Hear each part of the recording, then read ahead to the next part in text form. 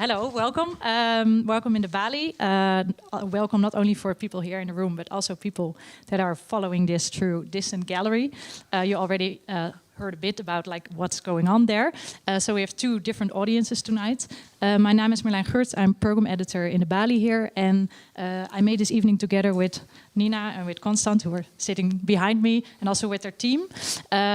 It's a bit of an experiment because we're going to run the program partly through Distant.Gallery, and Constant will tell how that works, why he created it, and he will make us connecting to different artists and artist collectives that are logging in and online and that are connecting to us tonight. That will be the first half of the program, and then we will also discuss and connect what we heard on Distant.Gallery to the Dutch cultural scene with a couple of people who we invited to join us, and to see how the stories that we're going to hear relate to what's happening in the Netherlands, and how we can think about building resilience in the Dutch culture scene so that we still have a future here, maybe to make it very dramatic. We have a small audience here, but please, if you want to join the conversation, I can understand that people that are sitting in the audience maybe are also part of the cultural scene, also have an opinion about it. But please wait until the microphone is here, because otherwise people through Distant.Gallery cannot hear what you are saying. So thanks a lot, enjoy tonight, and then I give the word to Constant and to Nina. Give them a warm welcome.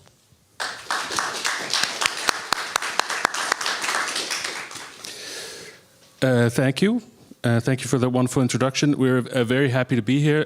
There was an occasion earlier that we were supposed to run a program where my personal work was also being shown in the Balie, and then we wanted to connect the thing. And through personal circumstances like viruses that are, guess, personal, that wasn't really possible. But I'm very happy we can do it now, and I'm very happy to do it on this platform that we've been running for multiple years now, and which is running as a kind of a grassroots platform in which it's just technology that we have built, improvised, that we're now, with generous funding of Cultuurloket and Digital, we're actually making open source, so it's available for multiple people, but it's been, let's say, a beautiful process. And one of the people that made that possible is Ties, who's in the background, actually still working on the tech. And I'm very happy we get to do these kind of events, because then we actually see each other. And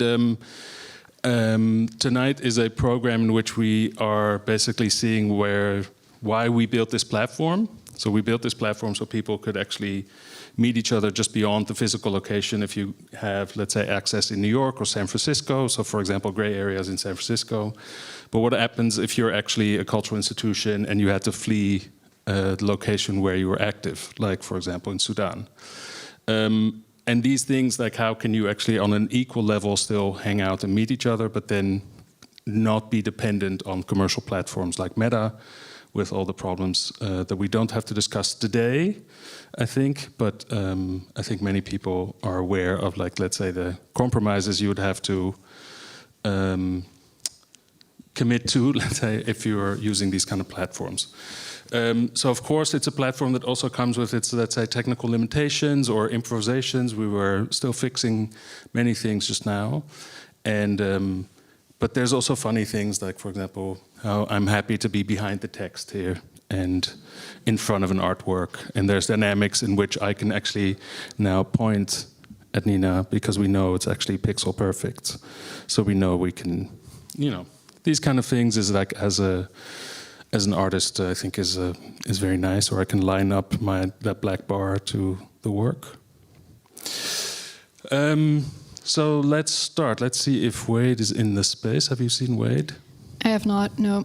Okay, so let's start introducing the project here. So hopefully Wade can join us later. We've opened this exhibition already a few days ago because the Internet Archive archived its trillionth website.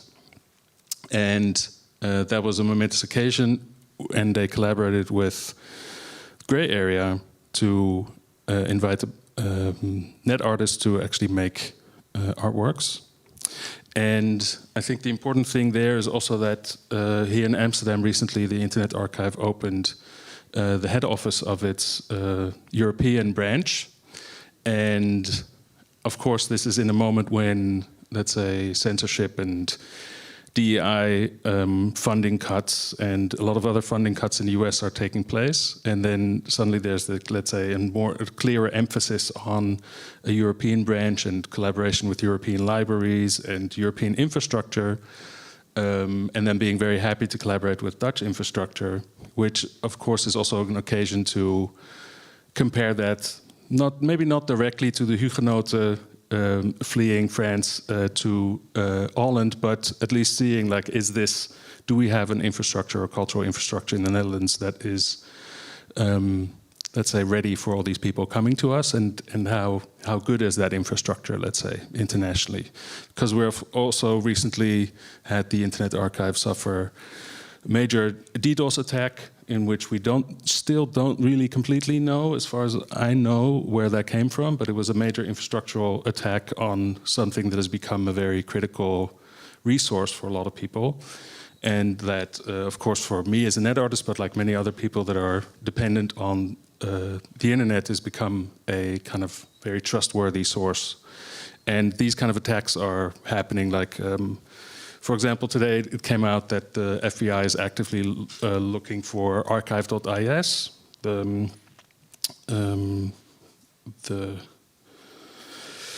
infamous, let's say, domain where a lot of PDFs and backups and access to websites is guaranteed. So there's a lot of this kind of, let's say, infrastructural changes happening, or at least are being challenged.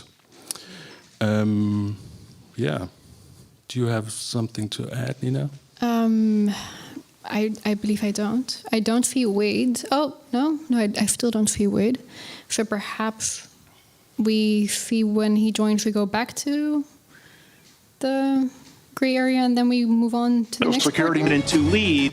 His feeble We can watch this work in the show. Himself capable of his greatest one be placed in the red castle. 21 on April 1701. Seditious apostate because Friar capable of his the greatest crimes against sodomite atheists. that were possible. this individual There is a veritable monster of a abomination. It would be better to stop The stifling using to leave.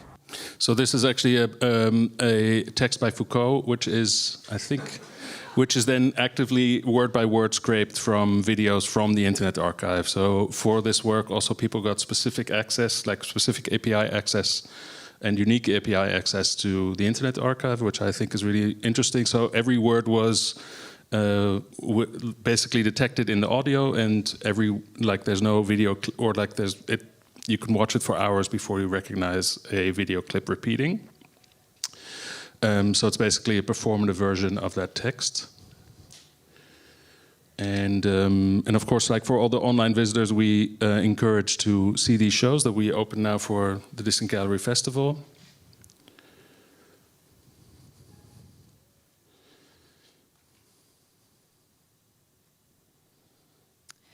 My computer has died, unfortunately. My computer has died. Your computer has died? Yeah, just as I was looking at the Alive Internet Theory, it died. I don't think I'm plugged in. Yeah. Can you use another charger? But where do I plug it in? My battery is also not charging, actually. So this is the nice part about having multiple levels of technology. I think this power might not be connected.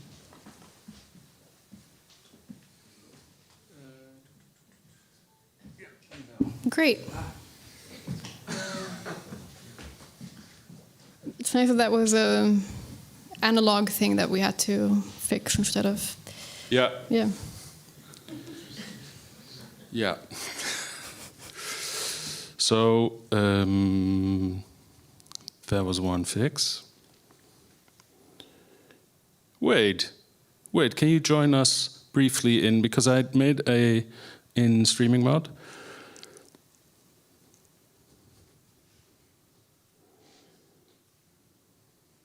Wade is refreshing. So it's interesting to have like a live live audience witnessing all these kind of like awkward interactions that happen online during live streams. I think there's also people in the room that completely recognize these technical situations. I'm looking at them right now. And I do think it would be really interesting to get Wade in streaming mode, so we can talk briefly.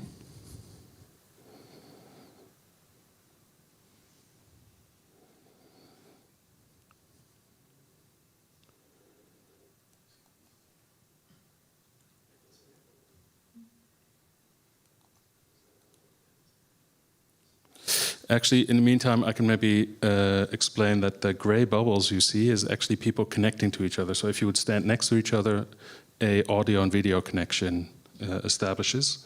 So that's when you see these kind of gray bubbles happening. So we leave that open. Sometimes it's a little bit weird that the audience can talk to other audience members in between, or you hear their background noise. So it's disturbing, but sometimes it's actually really nice because then if you run into someone you recognize, you can briefly say hello.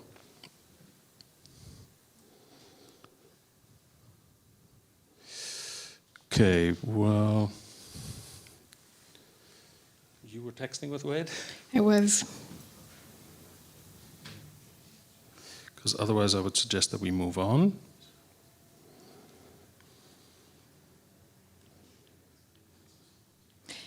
It's been an unusual experience being here doing this in front of a live audience, because usually we're just behind our desks kind of freaking out quietly. So and even probably like in multiple locations. Like you're at home, I'm at home, or I'm at studio, you're at studio. It's another added layer of pressure, bear with us. But and the multiple screens. I know that a lot of content now is made for side screening or for multi-screening, but it's very hard to do this as being responsible for the content at the same time.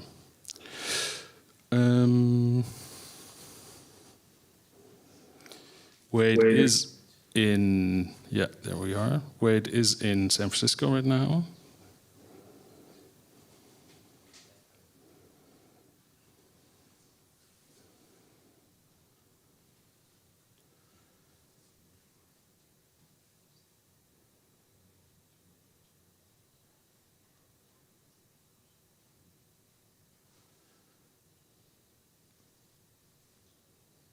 Are you texting Wade? Are you texting Wade? I'm sorry? Are you also texting Wade right now? I'm also texting Wade, yeah, but I think I'm giving... Wade, if you can hear us. We're waiting, Wade. Waiting. We are waiting. He's waiting all the time. Because he's Wade. So waited. Anyway, okay, so I think there's several interesting artworks here. Oh, I see Wade. Spectacular. Hi, Wade. We are actively waiting with a live audience for you to start streaming. That's good. Do you see the start streaming button?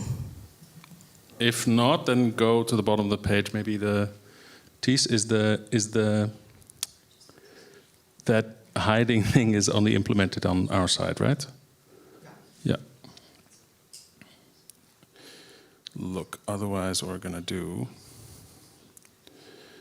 Where is Wade now?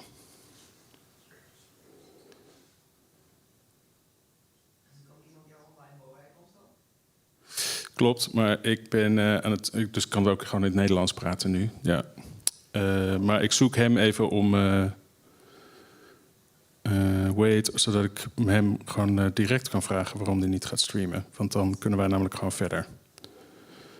My presenter link is broken. Yeah, it's 404. 404 is showing error 404.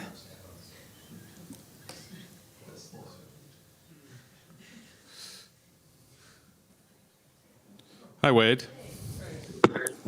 Hi. Oh, there we go. Yeah, but now the only thing is that the rest of the audience can't hear you. Maybe we can try with a microphone, a guest microphone. Yep. If you can stay in that microphone area, then hopefully we can establish a connection like that. Yes, perfect. Do not move. Yes, please. Yes, please. So if you stay in that area, You're sadly that's a part of the dynamic of the platform that is now taken away from us. But how are you? I'm good. How are you guys? Can you hear me? Yes, we can hear you.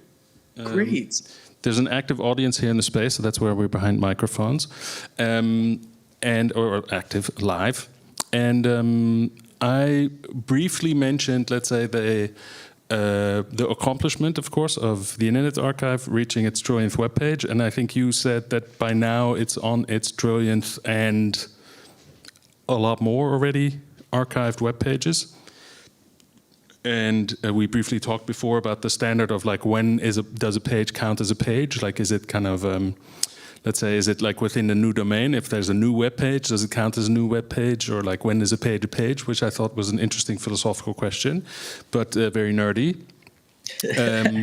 But I was wondering, like, there's been a lot of stress on the responsibility that something like the Internet Archive has. So, for example, there was the major DDoS attack. It's always like it now has been looking to for a clear support on its infrastructure by moving to the Stichting, the foundation in Amsterdam. But is there something that, because of course you're also now based in San Francisco, and there's an active, let's say, community in San Francisco and a supportive community, and you've briefly talked about also the kind of the volunteering and the activity, let's say, the community, like the community sense, let's say, that also the Internet Archive is taking and within San Francisco. So what I'm wondering mostly is like how is that viewed? Do you feel like there's a sense of security around that and what the Internet Archive is doing, or is there continuously a kind of sense of we need to keep proving that this is important? And we need to secure these things, and we need to continuously look through scenarios in which we might be able to lose the archive that we've built up. Right. And, you know, to be totally honest with you, I don't think it's all, I think it's a mixed bag. I don't think it's all doom and gloom. But certainly, like, the work is not done. I mean, what the archive has done so far is secure. It's not like, you know, there's no imminent risk of deletion or erasure. But regularly, you know, things happen, you know, funding gets lost or cut, for instance, you know, like a specific, or like, for instance, I know the Internet Archive also like suffered a really big, bought a really big lawsuit a few years ago, and ended up losing, you know, over copyright issues with holding some things in the library. You know, so even though, you know, you and I might think like, of course, like we should support our libraries and make open and public resources available to people globally. There's still, I find that like less so in terms of like material support, it's more like a mindset. I think that there's still a lot more advocacy and kind of awareness of like why this is important that can be done. You know, the Internet Archive punches way above its weight for the amount of for the kind of global impact that they have, and can always use more support. I think no matter how, you know, even, you know, all these years later, it still feels like, you know, a bunch of nerds in a back room kind of doing their darndest to save the internet. So, and because you curated the show and you invited the artists that, like specifically net artists that have also been granted like a special unique kind of archive or API to the archive or different APIs. So how do you see the role of the cultural field to defend these kind of things? Because this is on the threshold between, let's say, academic access, right? Like studying history and archiving history in general. But then this now is like the framework of actually making artworks to highlight that kind of, you know, myself as an artist, like a lot of things I'm actually using the Internet Archive for already, or other archive initiatives like Conifer by Rhizome, by Dragan Espenschied, of course, but I'm just wondering, like, how do you see that framework, like what the art world, let's say, can do to maybe increase that understanding, or do you think that specifically it's for the art world being dependent on these kind of archival structures? No, absolutely. think that I think there has to be a back and forth, and there has to be communication. I mean, one of the reasons why. So, for a little bit more context, I work at Gray Area. We're a nonprofit art center in San Francisco, and we worked with the Internet Archive to develop these commissions because they have continuously and repeatedly over the course of many years shown the vital importance of the arts to these kind of more like either engineering based and software development based or kind of academic historian centered conversations that are had. And, even since what we really wanted to do with these commissions was help them to fit into this long legacy of what the archive has done and what they stand for. Going back to, there are installations on site at the archive, which is in an old church in San Francisco, dating back to like 1997. There's a beautiful Alan Rath that's a permanent installation at the archive. So, even, dating back decades, this was something that they were thinking about, that they knew was really important, and that, the story of the internet has to be, also told visually in a lot of ways because it's, a visual medium, and artists have been there doing cool and kooky things since the beginning. I think that, it's like, again, I'll, go back to awareness. Like, I think it's difficult because I think that, it takes a very highly sophisticated kind of developer to create the kinds of tools and do the kind of slow custodial work that is required of a place like the Internet Archive. But at the same time, I think a lot of people just really aren't aware of like what's possible and what is on offer. For instance, one of my favorite resources is called GIF Cities. It's an archive of all of the GIFs uploaded to the GeoCities personal blogging platform. So you can just go on there and find like this unbelievable, very instantly, very easily, you can find all of these visual resources and use them to create new artwork. The archive even has made a built-in GIF making collage tool so that not only can you like find this stuff, you can do something with it and export it, and it kind of gives you a starting point. I hope that to answer your question, Constant, I think that, they have always, and we have always known that these two things need to happen together because artists show us like why these things are important, how they're important, and, how we can carry them forth into the future. And that was really what the impetus behind this commission was, to show people, that even though we've kind of, in a lot of ways, like forgotten about the internet, as all we think about is AI and what Claude's going to do next. At least here in Silicon Valley, that seems to be what anybody can talk about. But regardless, the internet is still like our most vital and most important and most vibrant, technology that is most widely used around the planet to keep us together. And so we wanted the artworks to both harken back to the past of the net, the Web 1.0 era, the Web 1.0 era, and also offer some, maybe visions or desires or kind of notes for the future of what maybe the internet could look like. Thank you, Wade. We need to move on, but like I just realized that, of course, like the Internet Archive also provides a framework in which we can evade, let's say, we can quote works, let's say, and like, for example, the GIF structure or like these kind of things in which because we're using the archived versions, there's, let's say, an extra loop or let's say an extra layer to work around copyright and copyrighted stuff, because I'm still very anti-copyright stuff. So I'm very happy if there's like, let's say, technical layers around and access is made free, because, for example, today we also see that the FBI is hunting down the people of archive.is. So I think I'm very happy that these kind of things have taken place. So I'd like to thank you for that. And here on Distant.Gallery and in the space we're going to slowly transition in the new show. Yes, we're going to fade out and fade in.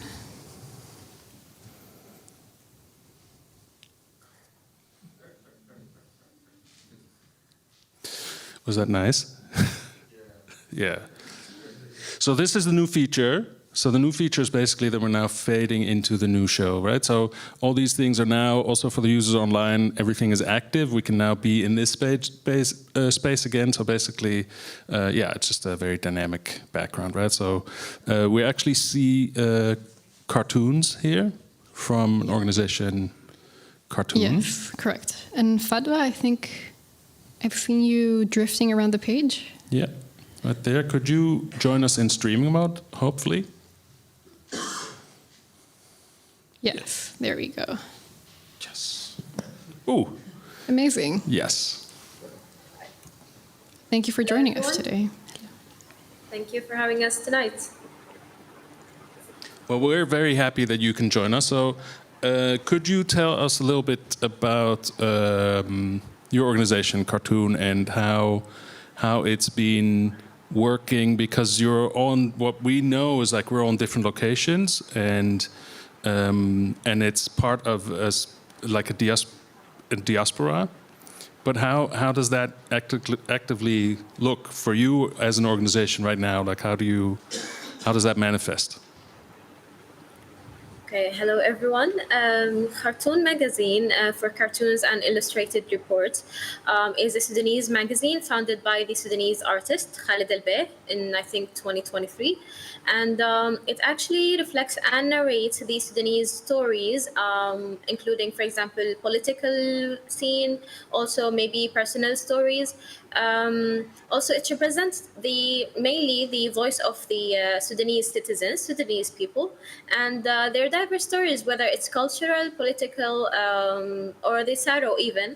And also, we make people laugh by the caricatures we do. But regarding the other question, how we are managing, we are like in different countries due to the war that happened recently in 2023. We are a diverse team in different countries, even not even only the managing team, but also the artists themselves. We depend highly on the digital tools. We have like, for example, our editor-in-chief, Nader Jini, is also helping us a lot in like having online workshops, all of us together, whether the artist in residence or us. So we're using different tools to stay connected, and also in which we could also reflect the Sudanese communities, but because now even the how the stories are transferred are only also now basically online. It has become like online. Yeah. And could you actually help us understand one of the works, or help us by translating? Let me see. You mean like the artworks that are shown here? Yep. Okay, yes. Do you want me to stand on one of them? Well, or maybe... Yeah, follow us down to, let's see, this one, for example. No, I need to find you, Nina. This is one of the artworks, for example. Oh, wait, let's go to the other one. Wait, we'll be with you briefly. There we go. Hello. Yes. Yeah. So what are we like? What are we looking at? Okay, this artwork is by the Sudanese artist Mahdi al-Hashimi. It basically shows a divided map of Sudan, and which speaks to the danger of the threat that is currently Sudan is facing, which is division of Sudan. It shows, for example, these weapons that are used, and it reflects the war that is happening because of the lately spreading of the violations by the militias in the country. The war is getting more affecting all the country. So this is showing in a simple lines by the artist. It tells very much stories that on how the war would end on our country and on our people. Yes.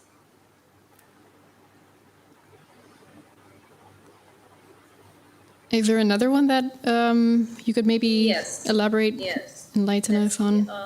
Also, mind you that there's like certain things that we can read, but maybe it's also interesting that certain ones we can't actually Yes, some read. of them I think they are translated in English and yeah, and some in Arabic There you are. because mainly we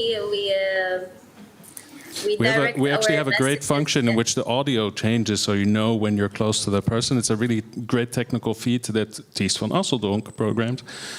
So you see that live in action now. So we're actively following you to keep the sound.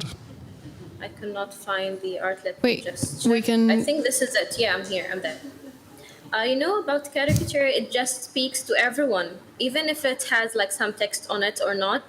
This kind of art and cartoons speak to everyone, despite of the language, despite of the kind of if someone is illiterate or not. Each person around the world could actually get a message out of them. So this work now here, this work is by the artist Rayah Mbadi, also a Sudanese artist, one of the artists in residence in Khartoum magazine. It portrays one of the world's largest famine affecting both Gaza and Sudan. Particularly, for example, if we mention because of the recent violations that happened in the Fashir, it shows two people. One of them looks Palestinian, and the other one looks Sudanese. So one of them is tying a stone around their stomach, which this is a powerful symbol of trying to withstand the pain of hunger. So the Sudanese man is asking the Palestinian man for the same stone that he's tying on his stomach, also to withstand this hunger, which shows how deep and how threatening the famine was in Sudan. Actually, 21 million now is actually under the threat of the famine that is happening. So this work particularly speaks about that. I personally have to say that I'm quite happy that you explained it, because as a Dutch person, I really thought it was a potato. Oh. Yeah. So it's Maybe also the made me different realize. cultures. Sorry, it made me realize like how of course like little the access is to these things, and I think also it highlights the importance of these kind of not only translations but also these kind of efforts, right? So it's quite easy. Of course, there's like things that we can all understand, but there's cultural, let's say, misunderstandings or things that we actually will never be able to have total access to, completely understanding what that cartoon actually means, you know, like from the privileged position we're in now. But I'm happy that you're opening up that access for us. Yeah, sure. Let's see, should we do one more? Yeah, sure. So, for example, could you tell us something about the one where we're at now? Or that is above me? What is it? This Above one. you. Let me zoom in, please. Oh, this one, exactly. This one, right? Yes. Yep. Okay, here it shows three individuals. One of them to appear like government men in government, and one is the Sudanese citizen. It shows, for example, the differences between how they have different purpose or like different objectives at this point in life. The Sudanese citizen is about to kill himself out of the poor. He's so poor, he's so hungry, he's so tired, and he is in a big threat because of the war that's happening. And these other men are careless. They don't care about how the Sudanese are suffering now, and all what they're caring about, as you could see, they are ready in the position that they are about to start a race. And this symbol here shows it says the chair of the government, or like the president and so on. So they're about to start this race to reach there to that chair. And this poor man here, which is us, actually, the Sudanese people, it shows that he is counting for his death with the gun on his head, and they are counting for the start of the race. Mm-hmm. So the actual start of the race would be his imminent demise. Exactly. Yeah. Unfortunately. Thank you. I'm very happy we have have such a large collection here. I would encourage people to see the program and see more of this collective, and of course, Cartoon Magazine, and support your efforts also on raising awareness on keeping the eyes on Sudan. And I'd like to thank you very much. And we're going to transition into another work that deals with the Sudanese diaspora. Okay. Thank you. Thank you. I'm done here. Yes. Thank you. Thank you so much. Thank you so much for having us. Thank you.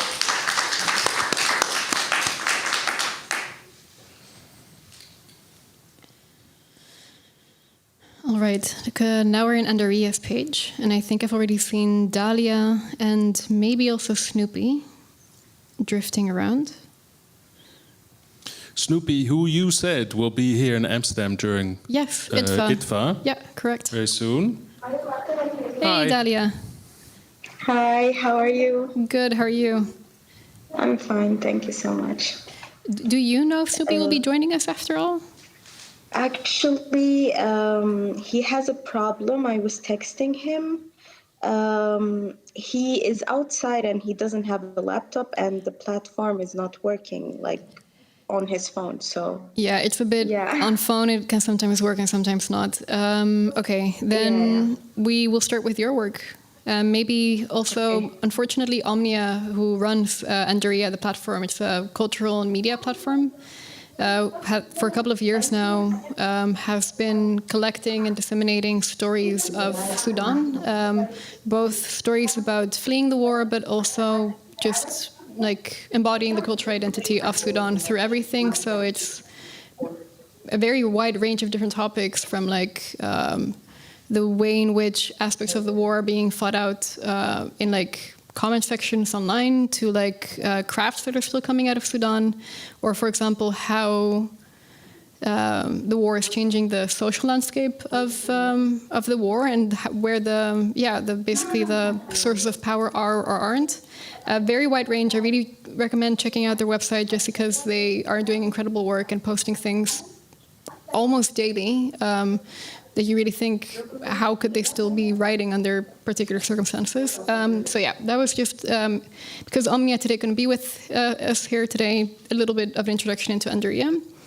And now I think Can you guide us to the work that we're going to look at? Yes, I think we are in fact already there. You're up there, but we're down here. No, your means I need to refresh a little bit. Oh yeah, okay. Zullen we hier beginnen? Ja. Audio? Okay, thank you. Thank you so much for introducing Andaria on like our behalf. In this work, I wanted to make like a video essay, and it was like talking about like my first travel out of Sudan in like 17 years. I had to like also travel out of Sudan because of the war. It shows here my passport. It was like my first time using it also. It was also my first time traveling alone, so it like had a lot of mixed emotions, and I had some pictures when I arrived, some of the food of Uganda. For example, here, this is called chapati. It's like similar to something we eat in Sudan, but it's like very different. At the same time, I was very surprised about the nature. It was very beautiful. The weather was amazing. Also, all the hand stuff, handmade souvenirs and all that. Also, the nightlife and like the amazing and nice people. This all like inspired me to do this video essay. you guys can like watch it. I have it in Arabic and in English. We're actually we have it playing right now, and okay. we have it playing in the background. But and of course, like everybody's welcome to come back and see more. We just watched the one on the left, and actually your descriptions kind of matched the play. And now I just clicked the work on the right to play. And also, like, I'm very lucky, like, Andrea offered me this opportunity. And this year also, I had the opportunity to travel to Uganda. It's really like my second home, and it's very emotional. My family also was able to flee war and go to Uganda. So it's really like a second home. It like welcomed us in a very good way. And that's why I have all these emotions. And I'm also thinking about writing again, like my second visit to Kampala. And last time I was looking at the city and the country as a visitor, but last year it was more, this year, I mean, it was more of like, I'm going there, I'm meeting my family. It's maybe the place we're going to settle, I don't know. And it was very different also. It was from a different angle. And yeah. I think, unfortunately, because Snoopy can't be here today, would you mind maybe giving a little bit of context to his video work? Okay. Because I remember the first time that he told me about this work, that there are a lot of little details in it that maybe, to a Western audience wouldn't immediately be obvious. Yep. Name? Wait, where are you? The name is Rajain Tani. It means we're going to go back again. So Snoopy also is an artist. He's a filmmaker and director. And most of the work he like filmed himself, directed by himself. And in this video, he also fled Sudan because of the war. He went to Kenya, to Nairobi, and he wanted to continue his work there. And a lot of artists, like Sudanese artists, also went to Nairobi.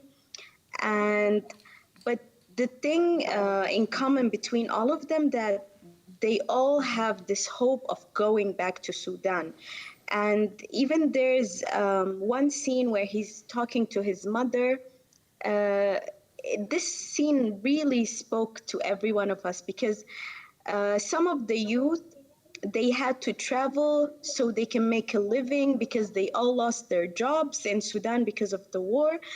But it was very hard to like bring all the family. It's very expensive. So at this point, like some of the family members had to stay in Sudan. And we just had this hope about like, we hope that the war ends, that people reconnect again, families come back together. Like at this point, families are scattered. Like some families are in Sudan, some members are outside Sudan, in different countries, and it's very like hopeful but emotional at the same time. I really, when I watched the video, it like hit me, like it's really true and very emotional. We're gonna just. I'm just gonna up the sound for a little bit so we can actually hear some of the sound in space.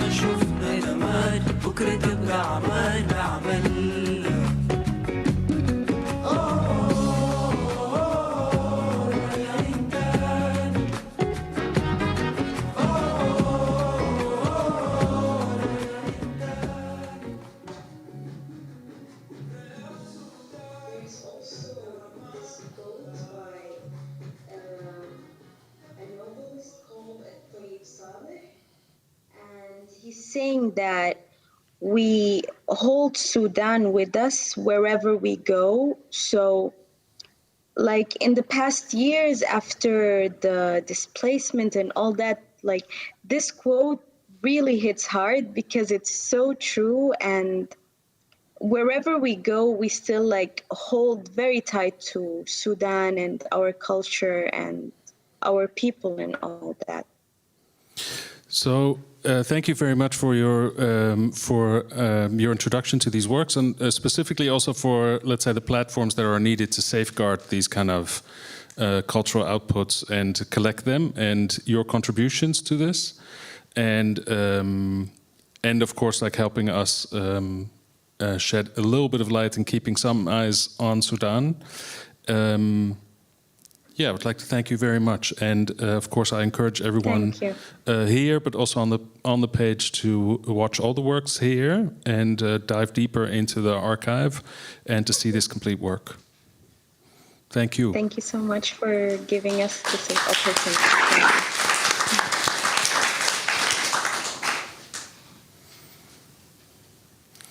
Okay, so we're going to transition into the exhibition by Untitled Tbilisi, and which is an organization from Tbilisi. Hi, Sabrina. Hello. Hi. That was a very crisp, smooth transition. Yeah. So we're getting there.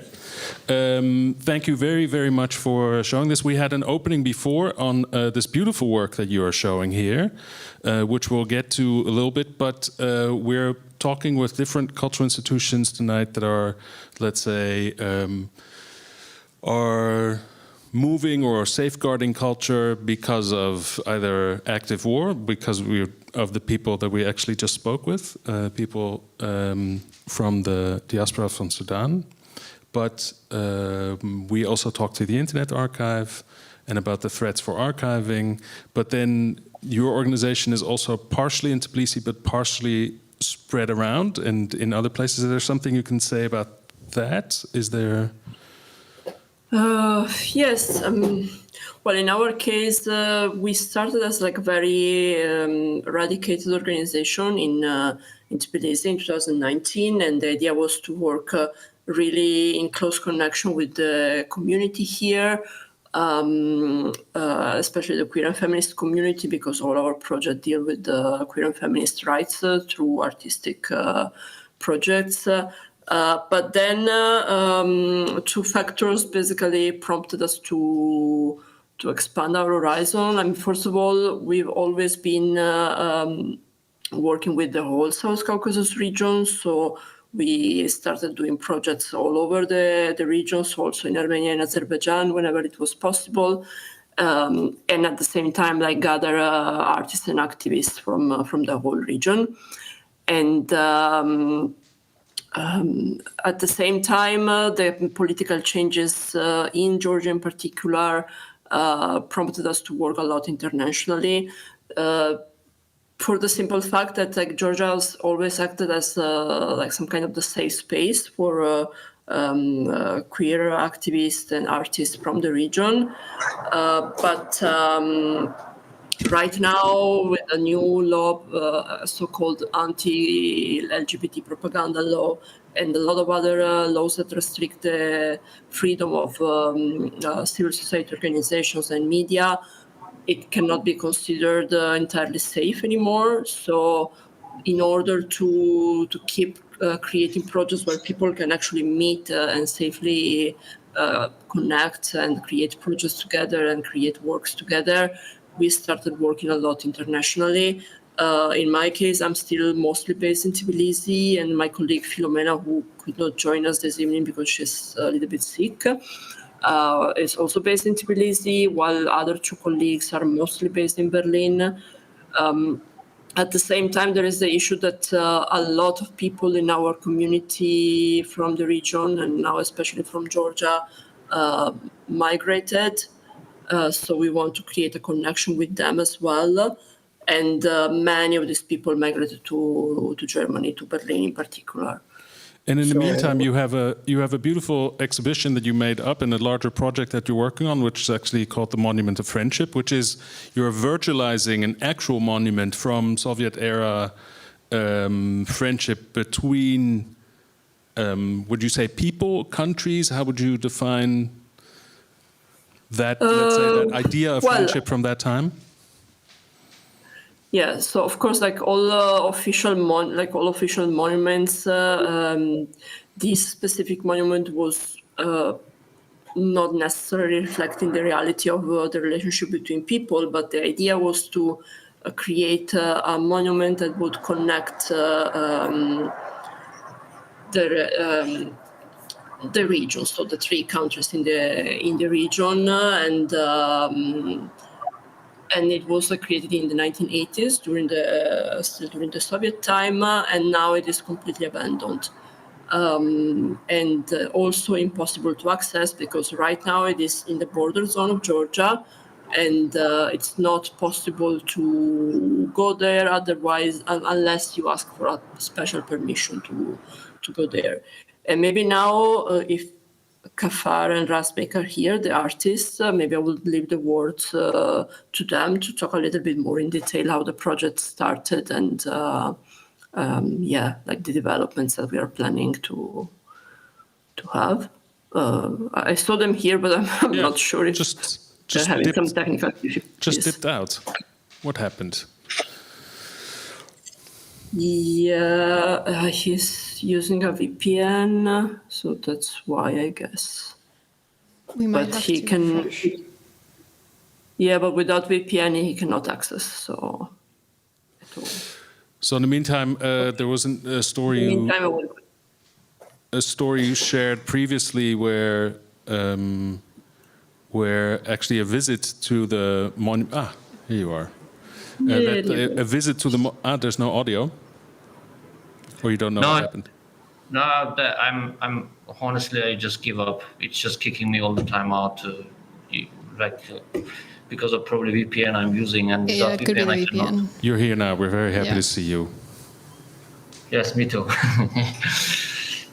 So, could you share something about the work? There was we know some anecdotes of going there or visiting and the issue of reaching the place, but also in this transition of making that possible. Of course, there's this beautiful analogy of friendship and how social media makes friendship as a kind of a transactional token, but now there's this beautiful older monument of friendship. I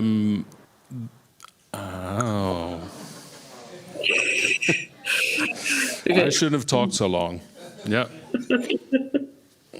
He'll be back, hopefully. Yeah, but we don't have that much time. This is true. Should we maybe quickly look at the pictures in the page? Yep. Yeah, sure. Maybe we can start at what it used to look like.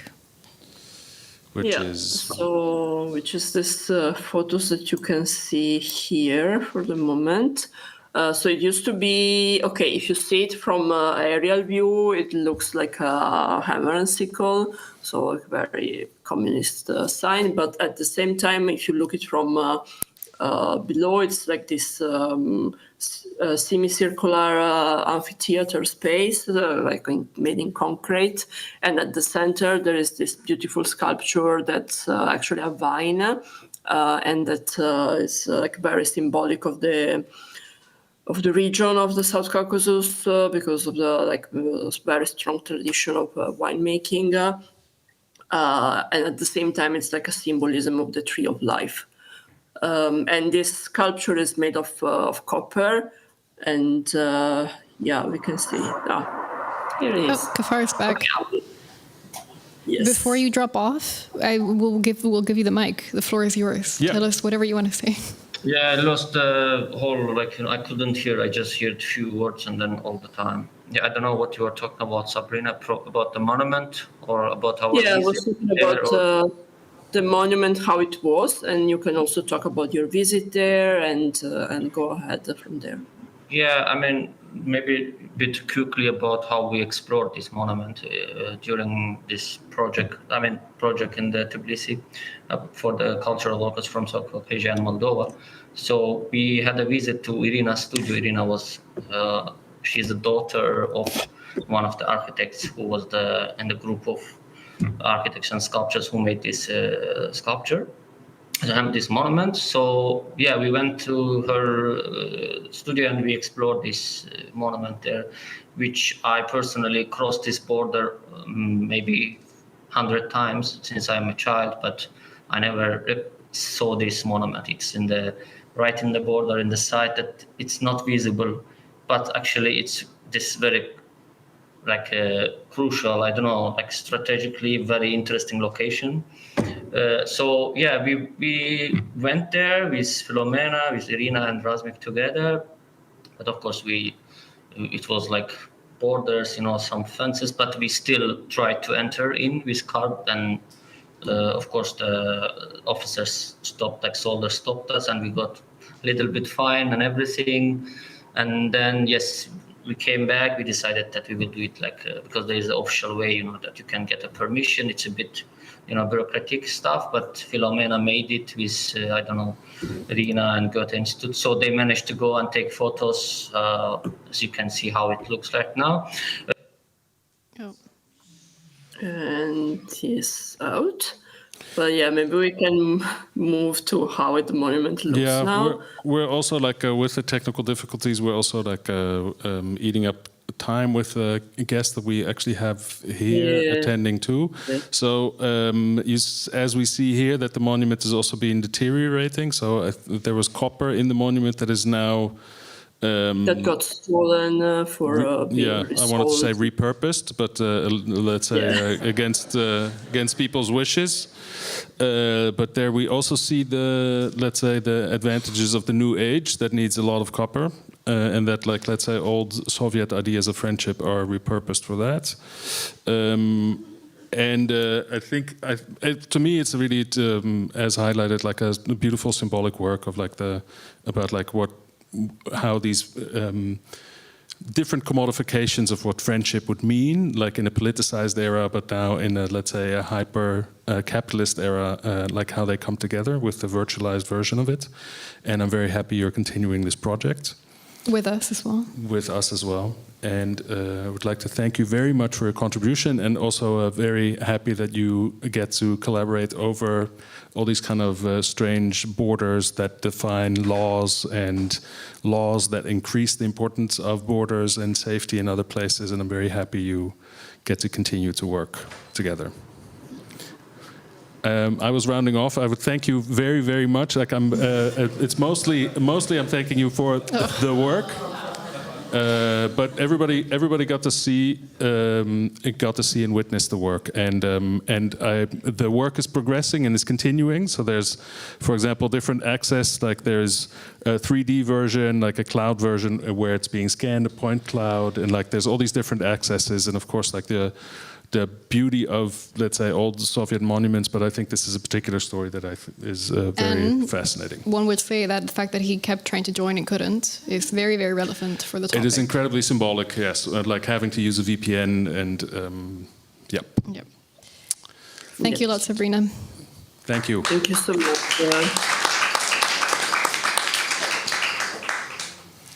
So now we're transitioning in our last online contribution, which we will also have to keep short, which is Witte Rook, a Dutch initiative. Hi, Esther. Esther, where's Esther? Oh, there we go.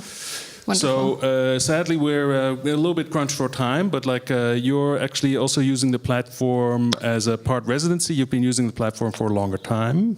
And could you tell us a little bit about what is happening and how you are using the let's say what because you're hosting a residency, or you're working with a resident, or could you tell us more? Yes, well, thank you. I try to answer it with a very short history of Witte Rook. In 2016, we started as an online platform for publications of artists about their process, and that led eventually to an artist-in-resident program with our own venue. However, this was a temporary situation, so we had to leave, and that was in 2022, and then we had a lot of trouble, like a lot of other art organizations in the Netherlands, that spaces for artists are scarce. So we made this problem our strength and asked ourselves what can be the artist in residence of the future. And for that, we have to stick to the key values of an artist in residence, like hospitality and reciprocity. And this resulted in a program based on experiment, research, and reflection. And for that, we have long-term residency projects in which we provide artist time, space, and context. And we started first with hybrid residencies, often in public spaces. But, well, the internet is also a public space. So we tried that in the end of 2024 to explore with Common Garden how this digital realm can be a studio or at least an artist in residence. And that was our program, Digital Explorers. And maybe you want to know a little bit more about the connection with Ukraine, because there's also Anastasia. Hi, Anastasia. I lost her. Oh, yeah. Hi. Hi, hello everyone, and hello from Ukraine. It's very nice to be here, and and very nice to share a little bit about our cooperation with Witterok and wider the Netherlands. This cooperation actually started almost a year ago when I was on the curatorial visit supported by Dutch Culture to the Netherlands. We talked with a number of residencies while I was supporting an initiative that is called Zapravka, and you can see a little bit of information about Zapravka here on the platform. This is an initiative that was established by three institutions, two public institutions in Ukraine, Ukrainian Institute and Ukrainian Cultural Foundation, and EU-supported program that is called House of Europe. Those are three major institutions that are working with mobility in Ukraine. And the aim of the initiative Zapravka is to present the experiences of Ukrainian residencies internationally. That's what we do, and we try to connect Ukrainian residencies within Ukraine, but also to spread the information about their experiences internationally. And thanks to this visit, we are now thinking about developing a joint program that would connect artists from Ukraine digitally with their peers and colleagues in the Netherlands. I would say that it's especially important right now in Ukraine because there is not everyone is free to exit Ukraine freely. Men that are of the age that can be drafted into the military, they cannot freely travel out of Ukraine. There are a lot of cultural activists and artists and art professionals that are right now serving in the military and cannot work as artists full-time. So having the possibility of connecting to colleagues and artists and curators online is extremely important. Also right now cities, and you can see the photographs here, for example, from the residency in Yermilo Center in Kharkiv that was can serve as a bomb shelter, and at the first days of the full-scale invasion, it hosted a lot of artists with their families. You can see here sitting on the stairs, one of the most prominent Ukrainian artists, Pavlo Makov and his family, for example. And as I'm speaking right now from Lviv in Ukraine, other cities like Kharkiv, that is depicted here, are under the severe blackout without lightning, without electricity, without water and heating. So having this sense of isolation in one way is contrasting with the possibility to stay connected and to work with the world wider, and that's why it's especially important in the times that we have right now in Ukraine, and I'm really grateful for that. Maybe it's good to add something to it, because we haven't started yet. The idea came, over a year ago, and we are working now at realizing this.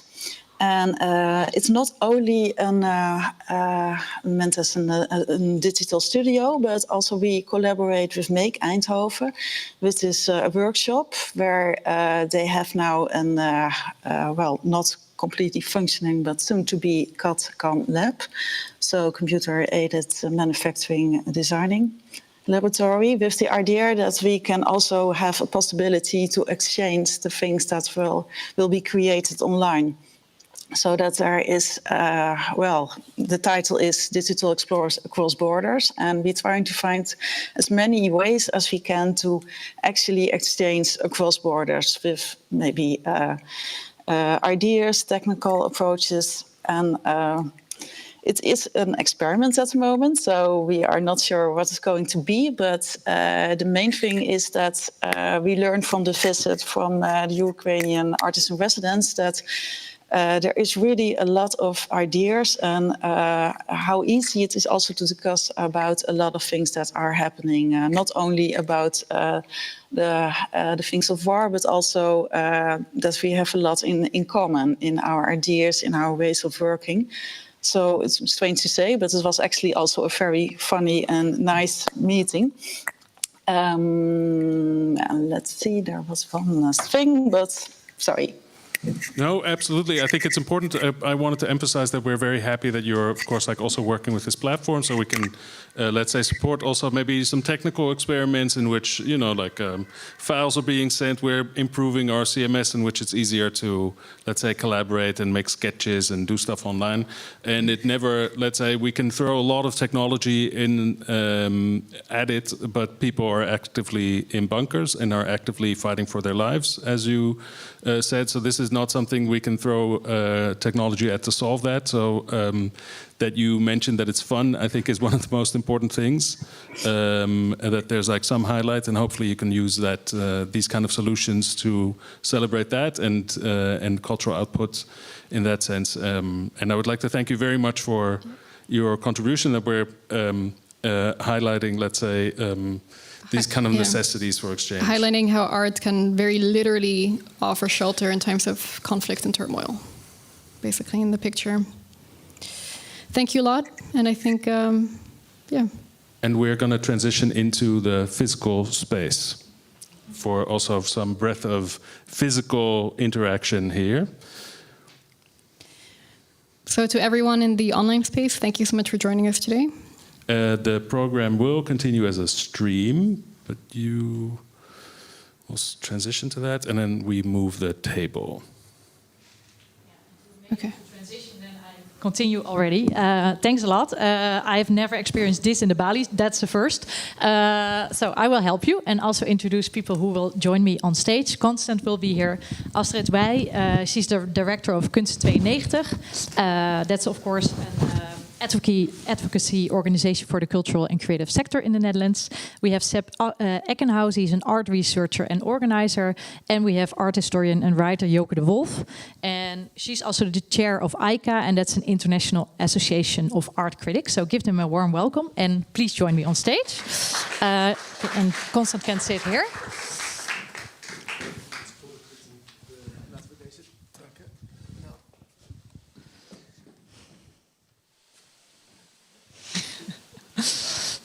So,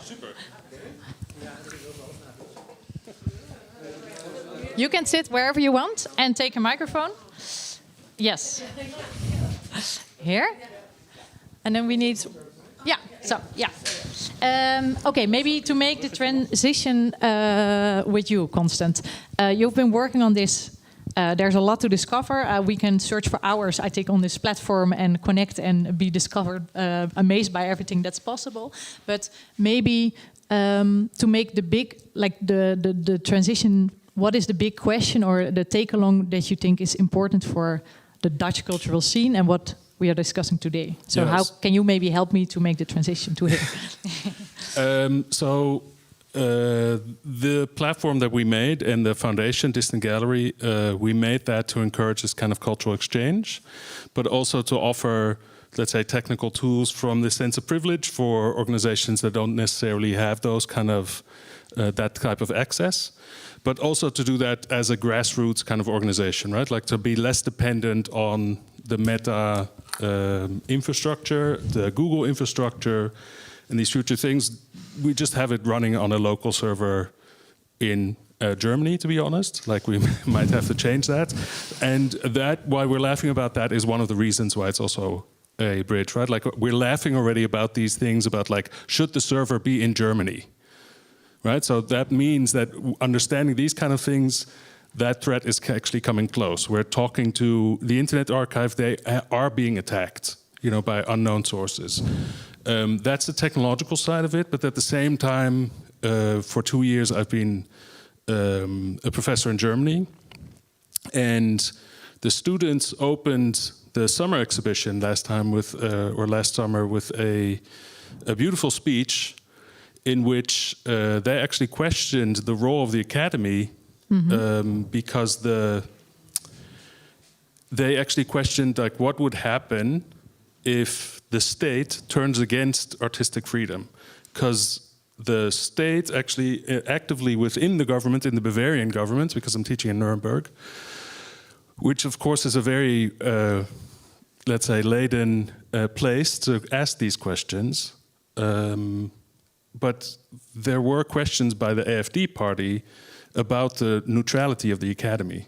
So it's not necessarily if the academy speaks out against a genocide, but it's actually a political party that is questioning neutrality, right? So, and it comes to this question of how can that be an actual debate if you have, if you understand academic neutrality to be a thing, which of course is an absurdity.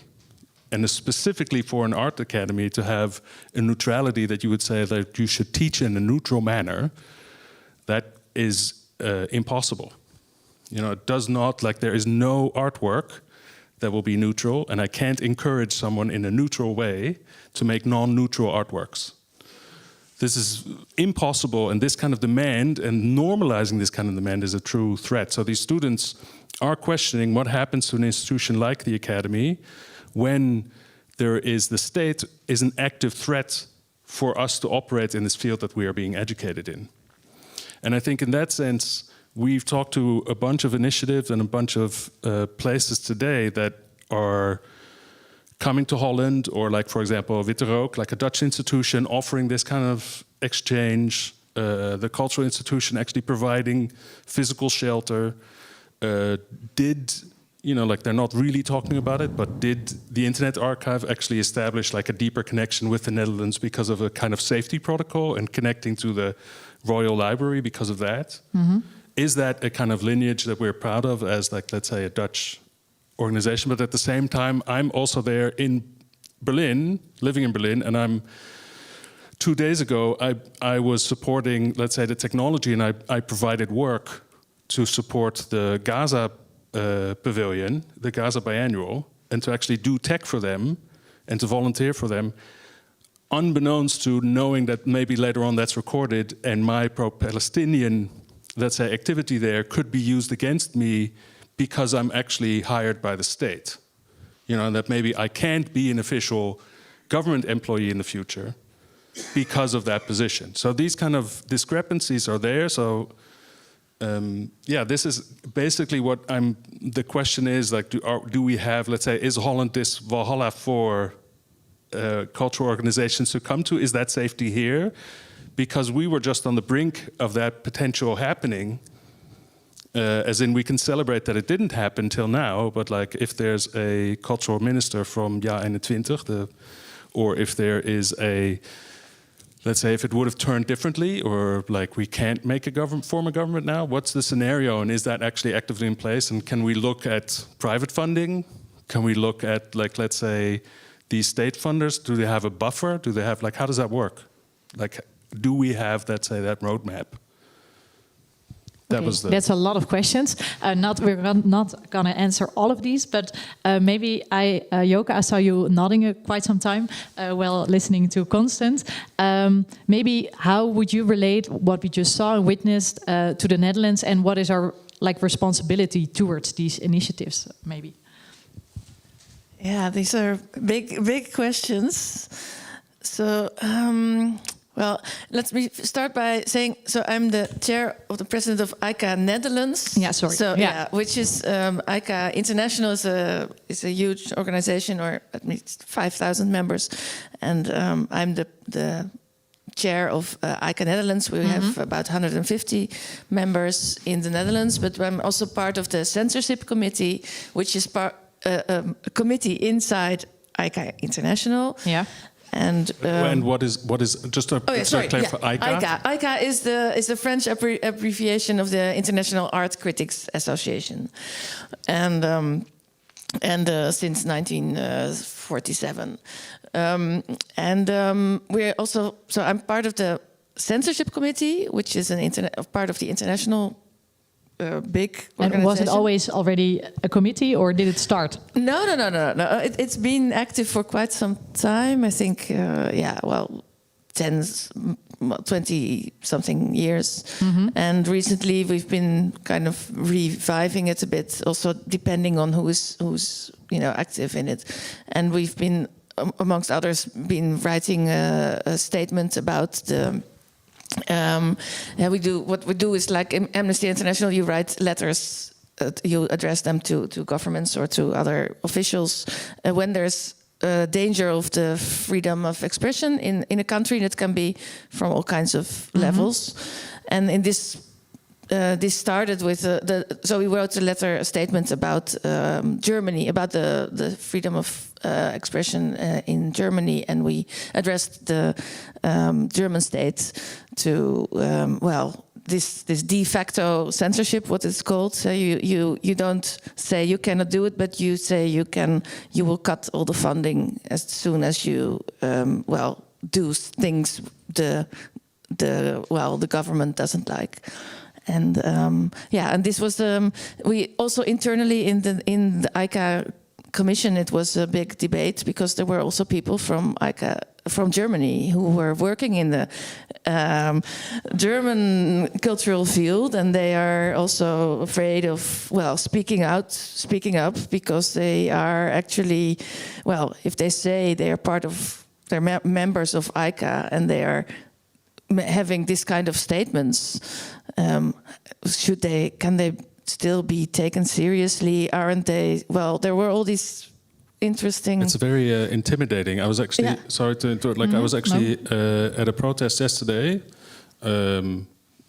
Under German rule, I said I walked past it. It was by accident, but that's actually quite intimidating because they have speakers now that first broadcast the rules of which mentions and which logos are not to be seen in the clothing and what cannot be said, and they translate that into, starts in German, and then that kind of, and it lasts also for the text is about 15 minutes, and then it's translated into Arabic, and that's Arabic. Blasted through the street, at a louder level than the collection of people deserves. And that was just already that is symbol for how intimidating these kind of things are. Anyway, I just wanted to. That's just a recent anecdote, and of course, there's systemic things happening. And maybe how did people respond to the statement that you wrote with ICA? Well, the people I know who are some of them came back to the Netherlands from Germany because they didn't stand the climate there. Were very happy that we did it, and I haven't heard of people being fired because of so it's not that but I think it's a good sign at least to have this kind of international commitment. Yeah. Seb? Yeah, I wanted to ask a follow-up question because we see this happening in Germany. I think it's pretty obvious for some years already, but you have this committee in the Netherlands as well. How is the climate in the Netherlands changing? What is the sense? We've seen, for instance, 2 months ago, I believe, in the parliament, there was a motion passed to criminalize Antifa. All right, so we've been talking for years about the woke left and the thought police, right? But this is the thought police actually coming, following exactly the American script. So we don't feel it so much in the Netherlands, but what is ICA expecting to come? Well, I mean, as soon as there have been some. Well, we are doing it for visual artists, and especially for visual artists and curators. So this is also and then you cannot do it for everything and everyone. But I think we remain well, I mean, how do you get it? Like, are you already getting more reports of censorship cases in the Netherlands, or not for now? Not personally, no. But I mean, if they are, I mean, I'm looking at Astrid. Yeah, I would have had the same question as Seb has, but then referring not to the Antifa, but to the request of government, the former government, let's say, not the government, but the parliament, about Bob Villen in Paradiso, that to ask actively for budget cuts, also nationally, as well as in the municipality of Amsterdam. But because that's not your cup of tea, let's say. But perhaps some of your colleagues are. Yeah. So there's Free Muse, for example, which is an international organization which is also defending artist rights, but started mainly as music, defender of musicians' rights, and it's also an international organization. So if it's, I mean, right now I think they changed. So the court law was decided that it wasn't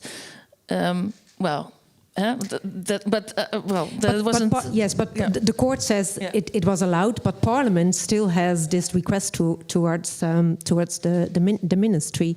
And I know, coming to more the visual arts, that museums, they will not say it loud, but they will do it. I know they do it, because for me, for Kunstvereniging, it was we had a debate the 1st of September under pressure, because I thought, okay, there is censorship going on, but it is very difficult to get people to talk about it, this self-censorship. So I was a bit stressed. We are going to have a debate about this subject, but it's difficult to talk about it when nobody likes to talk about it. So is it there or is it not? So it is there. So it's quite strange, but I was very happy with the documentary that was on Dutch television, that people dared to say what they did, the censorship, what it did to them. So then I had something to keep on and to advocate for. And why do you think that people find it so difficult to speak about it? Did you get a grip on that? Yeah, it's difficult to speak about it, and especially because of funding. Mm-hmm. That's what they say, funding. Yeah. Yeah, sorry. Yeah, I mean, and I think we can already see the chilling effect that this kind of new government has on cultural freedom of expression, right? Like, I don't know, just as a thought exercise, in the coming months, please pay attention to how many times you hear a cultural institution talk about social justice, which was the dominant rhetoric of the past years, like Me Too, Black Lives Matter support, and so on. Full support for Ukraine, obviously.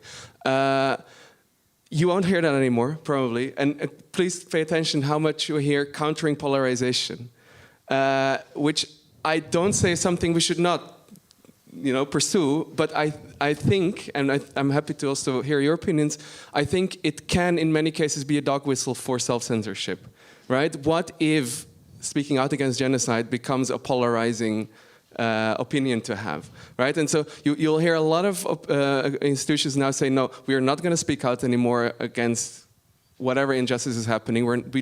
We are just offering a platform and actively countering polarization. So I think this is the chilling effect we're already seeing, and I think it's also for this reason that people, we've invited private funds to come and speak here, but they won't come and speak to us, right? I would like to add something, if you don't mind. It's not only coming from outside. We are working together with the Verwij Jonker Instituut. Verwij Jonker Instituut, it's a research institute in the Netherlands. And we are, in Dutch, it's weerbare cultuursector in tijden van polarisatie. So a resilient cultural sector in times of polarization. And the report or the handleiding, what's the handleiding in Dutch? The guide, the manual will come in January, and we have some meetings there also with people who were participating in the interviews to to give input for this this manual. And there was also pressure within big institutions from inside the organizations because people are divided about polarized subjects. So it's very difficult for organizations as well, especially when you are a bigger one, to see, okay, how do we work with or not work with, but deal with personnel. So with outside, from inside, so from government. So it's a very difficult. So and the pressure comes from different sides as well, and organizations and people have to cope with that. And what kind of the position does organizations management take to deal with all these different angles and pressures? And do they also have an idea, if you are monitoring that and if you're questioning organizations, like what do they need? Well, what exactly? Well, that's the manual. Yeah. So what do they need? But what I thought up till now, so it's not definite yet. Yeah. But is talk about it. Talk with your peers. How do you deal with it? And be open to it. Be frank. And that is. And talking about what, like I said, it's very difficult to. Is there self-censorship or censorship? And it's difficult to talk about it. So to be frank and open and discuss it with one another. Mm-hmm. So then you can at least deal with it and think, okay, I'm not on my own. Mm-hmm. Is that enough? No. Well, that's I kind of feel that that's almost like the responsibility, like go buy your food on farmers markets, as in go buy better food, and then the industry will improve. But like, of course, we have political infrastructure and we have cultural infrastructure to be able to guarantee certain things and to be able to guarantee a climate in which that kind of self-censorship doesn't manifest, or at least that's my opinion as a contributor to this field. But then I'm wondering, because if we signal these things and we can, increase the level of signaling, let's say, but like if we acknowledge that it's there, what are we weaponizing to make sure that we are less vulnerable for that in the future? Like we know that there's like funding, which is like in principle an extension of government, right? So we know that there's like some. Yeah, but like in principle, the people that are running it aren't like the people that will say like, hey, we're actively taking position, right? So then you would think like, hey, there's private funding. And like, for example, with Hartwig or like with, they're going to do a program soon that we're also going to speak at, the Civic Art Stack. Like, can we look at that? Is that a kind of infrastructure in which there would be, let's say, that kind of... But on the other hand, knowing also from your work also, this idea of like private funding isn't necessarily, let's say, the most critical, the most, let's say, like expanding, mostly like really looks at like a kind of art world, how it's already established, and basically empowers that.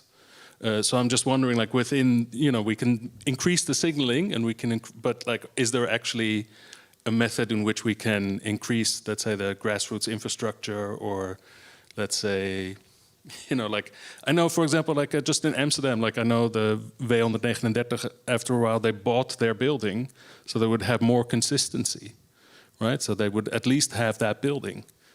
There's like, that was like already looking towards the future of building an infrastructure into which they would be less dependent, right? So this is just what I'm wondering now. Like we see that increasing, we could take a guess and think like maybe it's not gonna, we can talk about it and then it's not gonna actually happen. But maybe if the election turns out differently in 2 years, I mean, counting on that we make 2 years, let alone 4 years, what happens?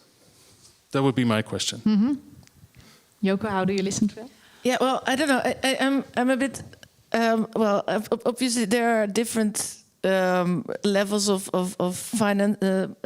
financing, and there are the local governments who are might be very different from the. There can be very loyal.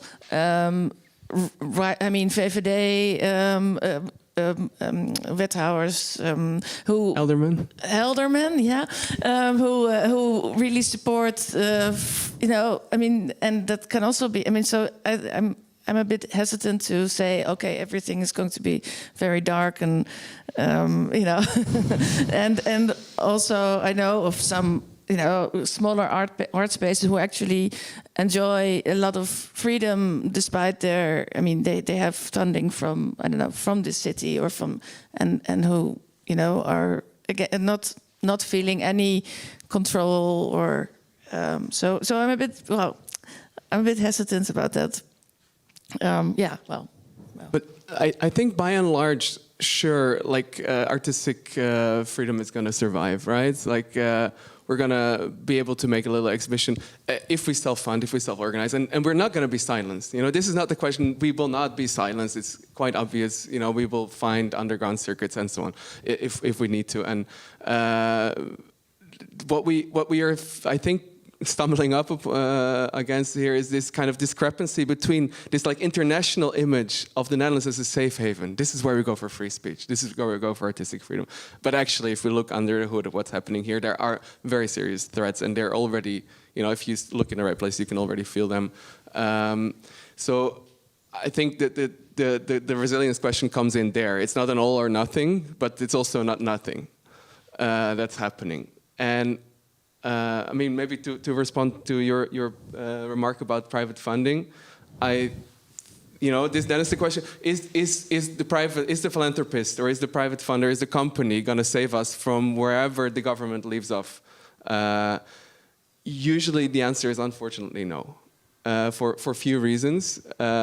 Private funds don't like to fill the gaps left by governments. This is like, quite obviously true. For instance, think about you're a private philanthropist. You don't want to pay for brick and mortars, heating, and wages when the government retreats. You want to invest in a purchase of a new Rembrandt or something, like a success story. But you also saw, if you look at the cultural scene, like the theaters, for example, there were a couple of theaters missing money, and there was a private person stepping in and exactly filling the gap that was left by the municipality. So you have examples in which they do. Sure. No, I'm not saying that it never happens. Mm-hmm.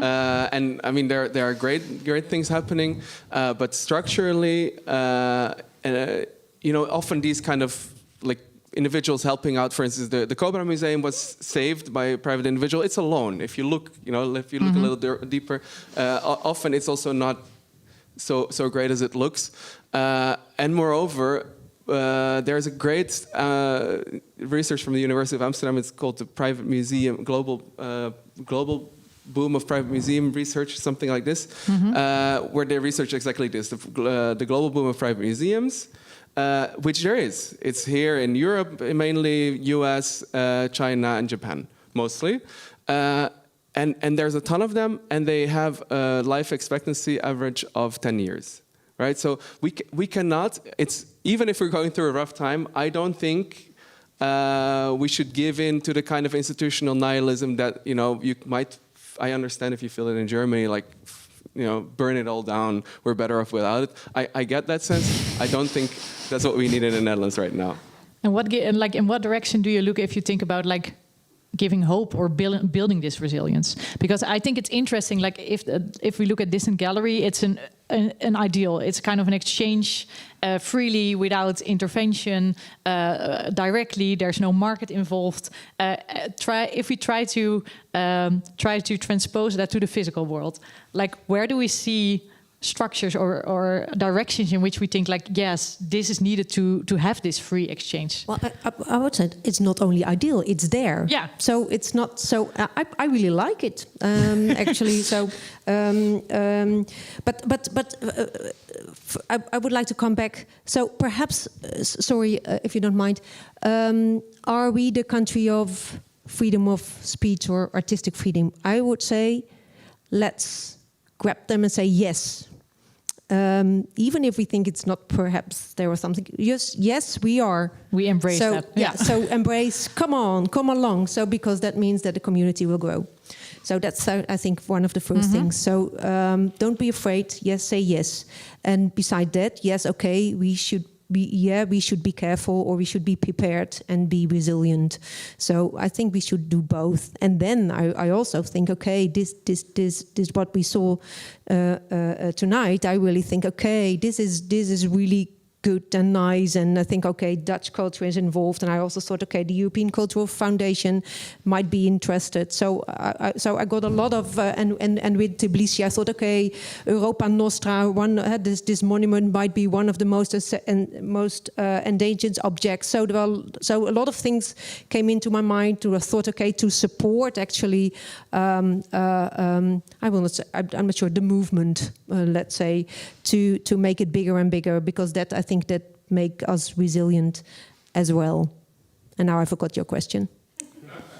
I think you already gave part of the answer, but I was thinking about if we try to think about the platform and what's happening there and what the exchange is making possible, and we transpose that to the physical world, what do we need to get that exchange? But I think you're saying, like, one of the things is maybe say yes to people who are needing refuge, or people who are needing cooperation. Yes, try to embrace that idea of the Netherlands as a land where cultural expression is there. Yeah. Yeah, well, and then also there's also always the people who are saying, yeah, you're not allowed to say this and that anymore. Just try to show that that's not the case at all. You know, these they're always especially, well, people who are nostalgic about earlier, and that everything was beautiful, and that it's not. No, and I really disagree completely with that. I mean, I think a lot is possible.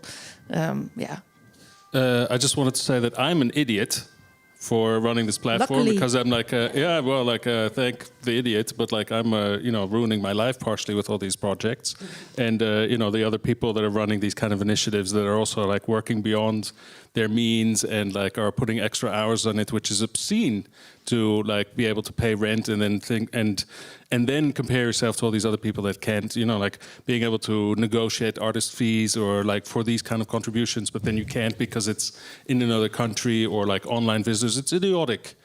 Well, but fine, like you need the idiots, and I'm like happy to be the idiot as long as I don't die from it. But I do have to say that, for example, with these kind of things happening in Germany, what I noticed is that there's a lack also of that kind of transparency that you were talking about before, in the sense of like people aren't archiving, they aren't saving the email threads, just the casual email threads of like a funder saying like, we would like you to make sure that there's no, let's say, wrong labels coming into your exhibition. Or we would like you to not have the artist make a statement before. Or up to like, we'll take your funding. And for example, one of these institutions or one of these people, it's like grassroots organizations that are doing it, right? Like that are, so for example, there's a place called Archive of Silence that had to cancel now before that we wanted to talk to. But for example, also like the things that happened at Transmediale in Germany on like how their funding was like threatened with, and like how that was canceled, and like how that became idiotic from a different perspective. It's very, let's say it's not necessarily that you can have that kind of accountability of through archiving or through making that transparent. And I think this is one of the things, at least, that for me always becomes important, that if there are things like that happening, or like press is putting pressure on it, and there are these kind of threats, that these kind of things are at least archived and maybe not immediately publicly available, but at least that there are organizations that are safekeeping this data, not to shout like you will be in front of a tribunal, but to actually be able to have the data, like how did it manifest, and like if it changes, did you notice like how quickly it changed and where did it start, and like because there are scenarios for this in place to do this. Like you were talking previously, like this is an American scenario, but like these are scenarios are in place. Like there are roadmaps, there's playbooks to do this. Active playbooks. It's not that hard to read to have like mass control, media control, and I think this is something which like at least the one of these road maps at least that you can have is like this archiving and being able to guarantee the independence of these archival entities. Astrid? Yeah, personally, I read in the Correspondent, which is a medium in the Netherlands, which is independent funded, and there is a manual what to do about fascism. I have them with me, so because I would like to print them out and to mirror to myself what can I do and what not. And one of the things I heard it several times and that made me happy is actually fun. Make love is one of them. So that's one. No violence is another one. So, but also weighing the wording you use, standing up, and so for me personally, that's very important to have these lines. They have this manual to act, and also being here is also part of, for me personally. Well, that's strengthened myself actually to be here to discuss it, to see that there's others that are also struggling with the subject, and see who can I phone when I need to have, and of course there are many of them, but also to see, okay, who's also thinking that this is going on and that it is important and that is worrisome. So that's not so funny, but... Yeah, I'm also looking at the audience. You have been listening quite some while. So are there people who have really urgent questions or say like, hey, I want to add this? Could also be non-urgent. Yeah, yeah, but maybe people want to have an exchange at the bar and think like, we can talk like that. Yeah, I see someone. I will give you the microphone.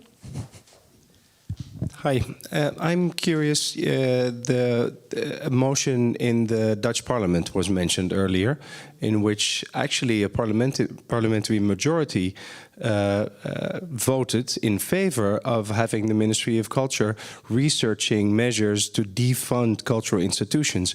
I think this is not a subtle step, but this is a very large step in the playbook that you're referring to.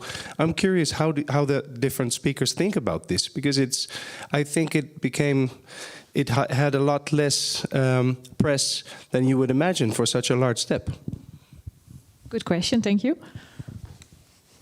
Who wants to go first? Well, I'm not going into too much detail what we are going to do about it, but it worries us very much, and we try to deal with it.